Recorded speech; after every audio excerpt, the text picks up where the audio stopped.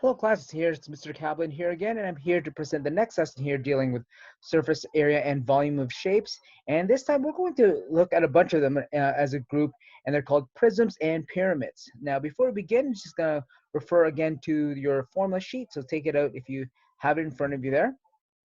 So if you take a look at your formula sheet, we've looked at uh, perimeter area, on which were the formulas on the left side, and we've also taken a look at the surface area and volume of a cylinder.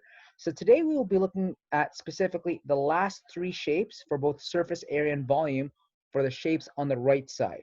So make sure that you have that handy, because there are going to be some examples where we're actually going to figure out what information is given to us in the examples we're going to be looking at, and what techniques we're going to use, and which formulas we're also going to use for those particular questions as well. So let's get straight to it here and take a look at surface area and volumes of prisms and pyramids. Now, as I said before, when it comes to prisms in particular, there's a series of shapes that we do need to look at separately here. And what we have to know about with surface area and volume, as I stated in the last lesson, is that the units are also equally important. Now, what surface area is, it's a measure of how much something is made of based on the outside faces.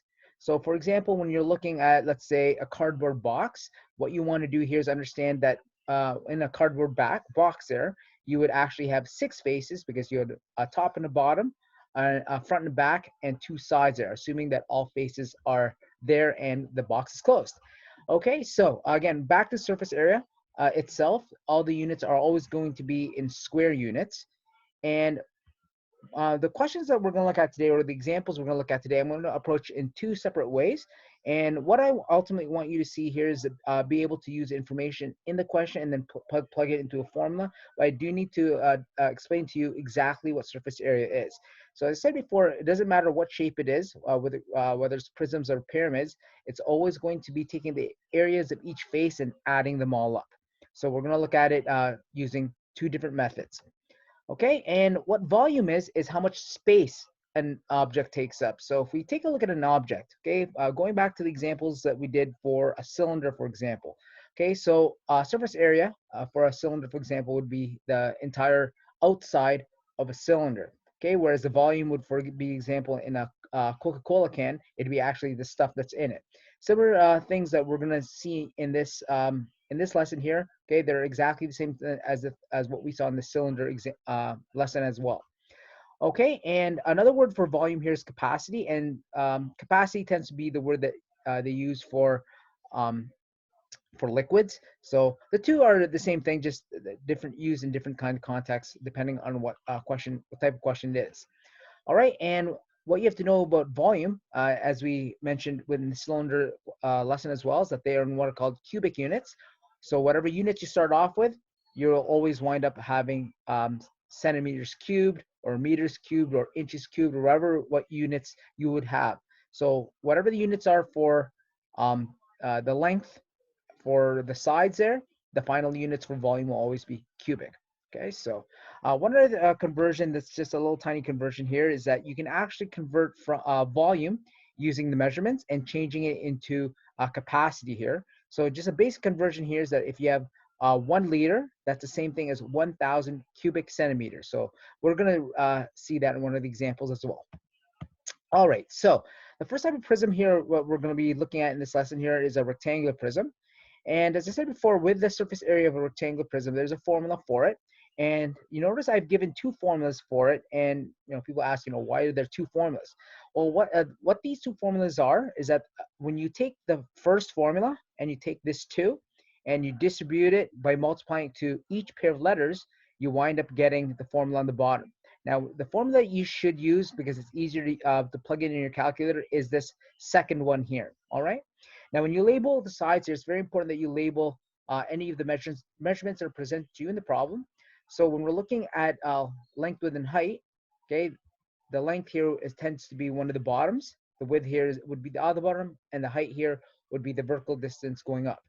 Okay, also note with the formula for volume, it's just straightforward, the multiplication of all three of those measurements there. All right, so that's rectangular prism.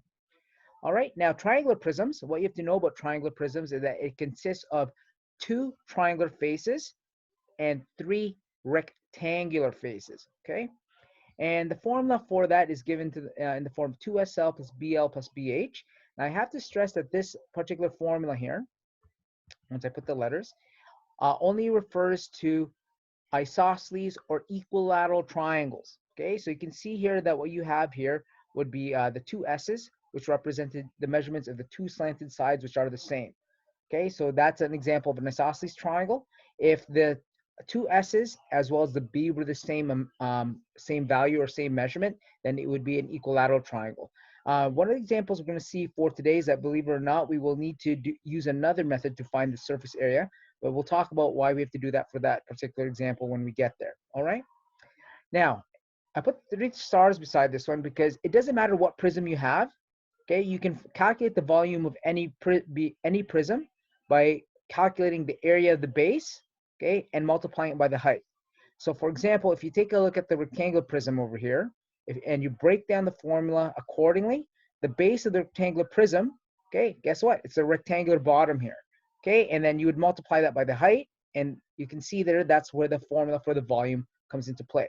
Okay, and with the triangular prism over here, what you would need to do is to calculate the volume of, the area of the triangular faces. And remember, with this one here, it's going to be 2 here. So from here, you would take that and then you would multiply it by the height. But the height for this particular object would be like taking this object and putting triangular face on the ground. So the height is actually this part over here, which is also the length. Now the height that's inside the triangle is referring to the vertical height that's part of the triangle. Okay, so don't confuse that. Now again, that's just a general formula, and that formula tends to be used when you have, for example, the area of a certain shape given to you, and then you had the height. That's when you use that formula. But for most of the examples we're going to be seeing today, we'll be just using the formulas that are in the formula sheet. Right? I'm just going to present it in the 2 different ways there. All right, and last but not least, we have the pyramid. Okay, and with the pyramid, as I mentioned before, we're only going to be looking at square-based pyramids. And the formula for that is 2bs plus b squared. And since you have a square-based pyramid, the two b's will actually be the same there. All right, and the volume for the pyramid there is given in terms of taking the bases, okay, which is b squared, and then multiplying by the height divided by 3.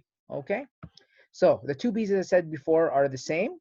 Okay, and I want you to see here that when you're looking at the S and the H, they are 2 different things here. So the H is referring to the height, which is, if you want to think about it, uh, it's inside the pyramid. So it starts from the top of the pyramid and it cuts the base in half. Okay, now do not confuse this with slant height, which is the height of one of the triangular faces. Okay, so that's why if you look on your formula sheet, you'll be able to distinguish which one is which, because again, the H itself is, think of it inside of the pyramid, and the S is on one of the faces. So just keep that in mind. Okay. And for this one here, the area of the base, as you can see, is a square. Okay, and the height here would be the vertical distance going up and down. Okay, so like I said before, we're going to see a lot of these calculations in 2 separate methods. Okay, so just to explain exactly what surface area and volume is, and then we're also going to look at the how to put it into our formulas as well. Okay, which ultimately is our goal. All right, so let's take a look at some examples here. So the first one we're going to look at the surface area of a rectangular prism. And the first way we're going to do it is just to explain how surface area is really calculated if you look at each face separately. So the way we're going to do that, we're going to use the formula for area of a rectangle, which is length times width. And since each face actually has 2, okay, we have to multiply that formula here by 2. Okay, so we're just going to use that to calculate the area of each face and then add them all up. All right, so by doing that, we're going to start off with the 2 front faces here.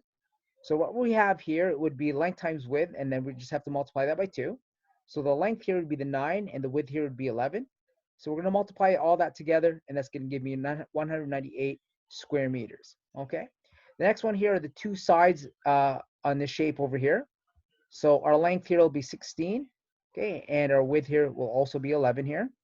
So you can see here that what we have here is 352 square meters.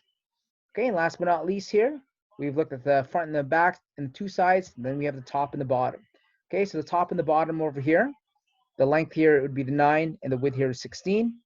Okay, and we got our final area for all 6 spaces there. All right.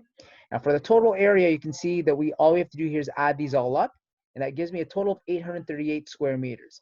Now you notice we had to do 4 separate calculations to calculate the surface area of this. So you can see what we're going to do in the next slide over here is we're going to do the exact same thing. Okay, the only difference is we're going to use a formula, and you're going to see that we're going to take something that took 8 or 9 steps, we're going to reduce it to 3. Okay, so that's why formulas are important. All right, so using the formula here, like I mentioned, we're going to use the one with the where the 2 has already been distributed to every pair of letters there. So you're going to see again, the length here will be the 9, the width here will be the 16, and the height here will be 11. So all you have to do with these numbers here is to replace them in for the variables into this formula here. And again, put brackets around each number. And if you carefully put that in your calculator, you will get an answer of 838 square meters. All right, so notice again, when you're using these the formulas there, it just cuts everything. It cuts everything into a shorter number of steps here. Okay, but again, I am explaining to you in detail what's involved with the calculation of surface area. All right. Now with volume, like I said, we're going to look at this 2 ways here.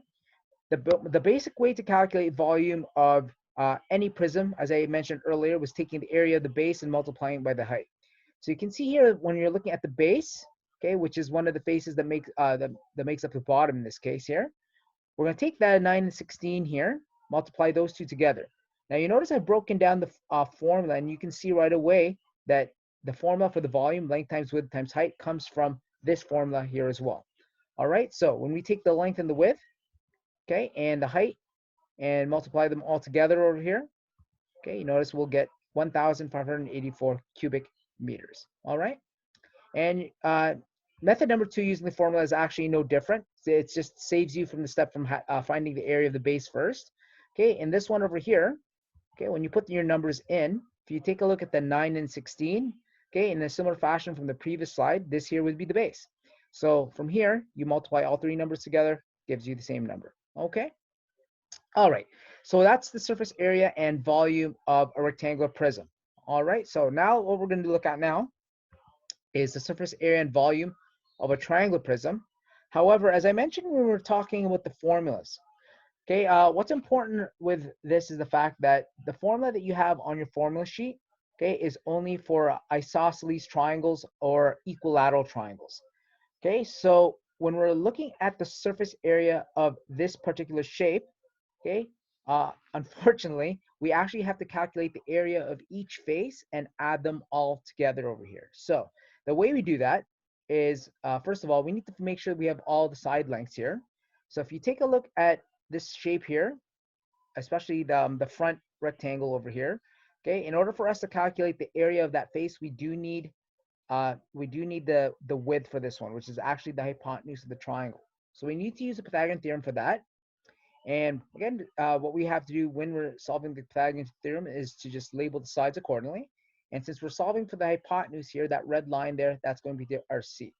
Okay, and then we'll make that 12 our A and our B here to be our 9.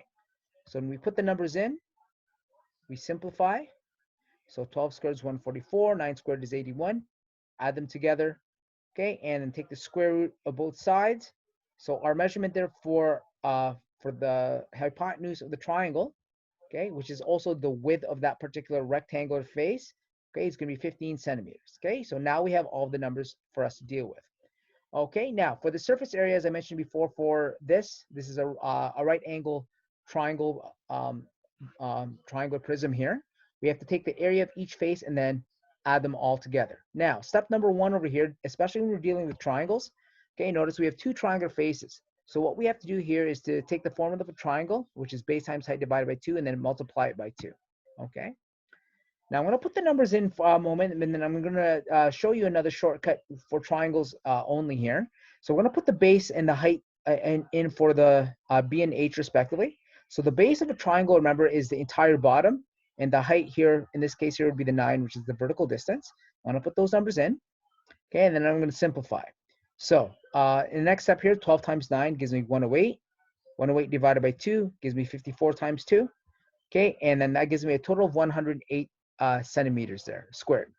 All right, now I'll show you the shortcut. Okay, you should know from algebra, anytime you take a fraction and you multiply it by its denominator. Okay, back from chapter 4.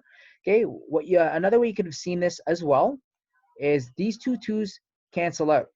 Okay, so a quick way to do this is simply just to multiply the base and the height, which have been 12 times 9, which also would give you the 108 that we required. Okay, so again, if you saw that right away, that's great. Do it that way. Otherwise, if you're not too sure, just put it into the formula accordingly. Just remember you are dealing with two triangular faces there. All right, so that's step number 1.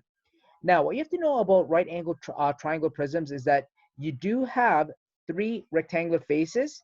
Okay. However, all 3 of them are going to be different. So that's why we do have to calculate each face separately here. So the way we do that is taking this one first, and we're going to use the formula of length times width for this one. So our length here would be 20, and the width here would be 15 here. So when we multiply those two numbers together, we'll give you 300 centimeters squared. All right. Okay, next one that we have here, we're going to look at the one that's in the back that you didn't even see there. So that's why you have to think in 3 dimensions. So again, length times width, same thing. So our length here in this one, it would be the 20 there, and our width here is the 9. Okay, so it's very important that when you're dealing with these diagrams that you see all 3 dimensions there. Okay, so for that back part there, that'll be 180. And last but not least, we have our bottom. Nice and easy one to figure out there. Okay, so length times width. So length here, width here is 20. So we have 12 times 20, and then we have our final area there. So final area of the shape here, add those 4 together. So the total surface area of the shape here is 828 square centimeters. As I said before, the formula that's in your formula sheet is for isosceles or equilateral triangles. So we do need to do it the long way for this one. All right. Okay, so for the volume, okay, the volume is actually pretty straightforward. But again, the first thing I want to do here is take a look at the general formula for the volume of any prism here. So the first thing we're going to do here, we're going to calculate the area of the base. So as I said before, what we have here is a triangular base. So we're just going to find the area of that. So by doing that, our base here would be the 12, height here would be the 9. So when we multiply those numbers together, it gives me 54 square centimeters. Okay.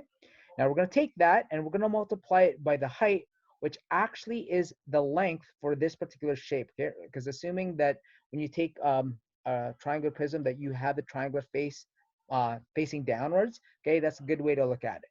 So for the height for this one here, believe it or not, that's going to be the 20. Okay. So when we put those numbers in, it'll give us a total volume of 1,080 cubic centimeters. All right. Okay, so that's the using the general formula. So using the formula that's on your formula sheet, you'll actually see it's very, very straightforward here. Because you notice that what we have here is BHL divided by 2. So the base here is 12. Height here is actually the height of the triangle. Okay, and the length here is the 20 centimeters that was different from the previous example. Okay, so you're just putting numbers into the formula here. All right, so you can see that you wind up getting the same answer. All right. So again, it's very important that you have your formula sheet in front of you so you can see exactly what measurements you have and then where you can put it in the formula. Okay, in an event that you are missing a piece of information, then you do need to solve for it, which is actually one of the things we're going to look at in just a moment. Okay. All right, so we've looked at the different prisms here. So now let's take a look at the pyramids. Okay, and again, what we have here is a surface area and volume of a pyramid, as you can see. So with a surface area, again, what we want to do here is to take a look at the area of each face and add them together. So remember that this here is a square-based pyramid. So we take the area of that using length times width. Okay, and when we do that, we wind up getting 25 square centimeters. All right. Now for this one over here, we do in a square-based pyramid, all 4 triangular faces are equal. Okay, so the way you do that is you take the formula for the volume, the area of a triangle, and you multiply it by 4. Okay, and you wind up getting something that looks like this. All right.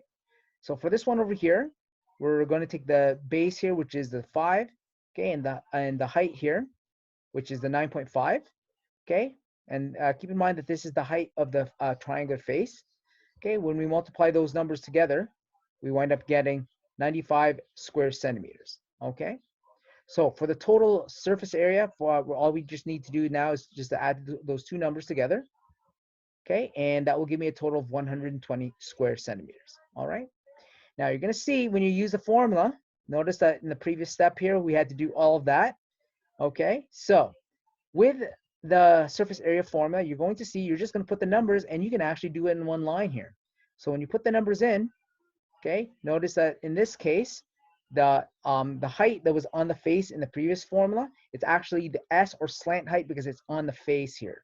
Okay, so when we do that, when you put the numbers in, you will still get the same answer. All right. So ultimately, like I mentioned before, okay, I want you to be able to just recognize where the sides are and what letters they represent in the formulas that you see on your sheet there. Okay.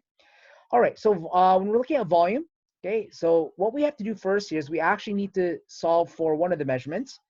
And if you take a look at your formula sheet, okay, you notice that what we have here are the B's. Okay, and that 9.5, as I said before, was the slant height. So that's actually the S. So what we have to do first in this pyramid is actually calculate the height, which is actually in the center of this shape here. Now, the line that goes from the top of the pyramid to the center of the base, okay, forms a right triangle here. So that's why I've drawn that on the side there. Now, when it forms the right triangle, it cuts the base exactly in half. That's why on the right triangle, this bottom is now 5.0, okay, and the hypotenuse here is 9.5. So we're going to use the Pythagorean theorem here, and we're going to label first. So the 9.5 will be the hypotenuse, so that's going to be the C, and the 2.5 we're going to let be A. So we're going to solve for the B, and that will give us the height for this particular pyramid. Okay, so we're going to put the numbers in. Okay, we're going to simplify. And from here, since we want the B squared by itself, we're going to take the 6.25 and we're going to move it to the other side and subtract it from the 90.25 there. All right, and that gives me 84. Okay, and last but not least, take the square root of both sides. So the height of this pyramid is going to be 9.2.